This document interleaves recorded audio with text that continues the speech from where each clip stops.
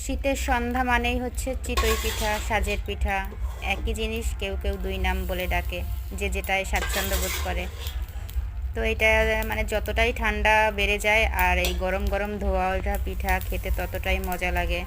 বিশেষ করে সরিষা ভর্তা দিয়ে, গুড় দিয়ে, শুটকি ভর্তা দিয়ে অনেকে অনেকভাবে খায়। তো আমরা আজকে করব পিঠাটাকে দুধে ভিজাবো। দুধে ভিজাইয়ে খেতেও কিন্তু অনেক মজা, গুড় দিয়ে দুধে ভিজানো হয়। এর স্বাদও অতুলনীয় হয়। একদম পিঠাটা মানে ফুলে ফেপে একদম সফট হয়ে যায়। এর স্বাদ অন্যরকম।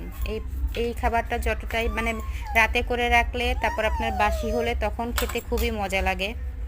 অবশ্যই যারা যারা খেয়েছেন জানেন, কিন্তু এই শীতের টাইমে এইটা অনেক মজা। এই বাকিটা খাওয়া হবে মাংস দিয়ে, মাংসের ঝোল দিয়ে, মাংস দিয়ে, হাঁসের মাংস দিয়েও চিতই পিঠা মজা। অবশ্যই সবাই খাবেন।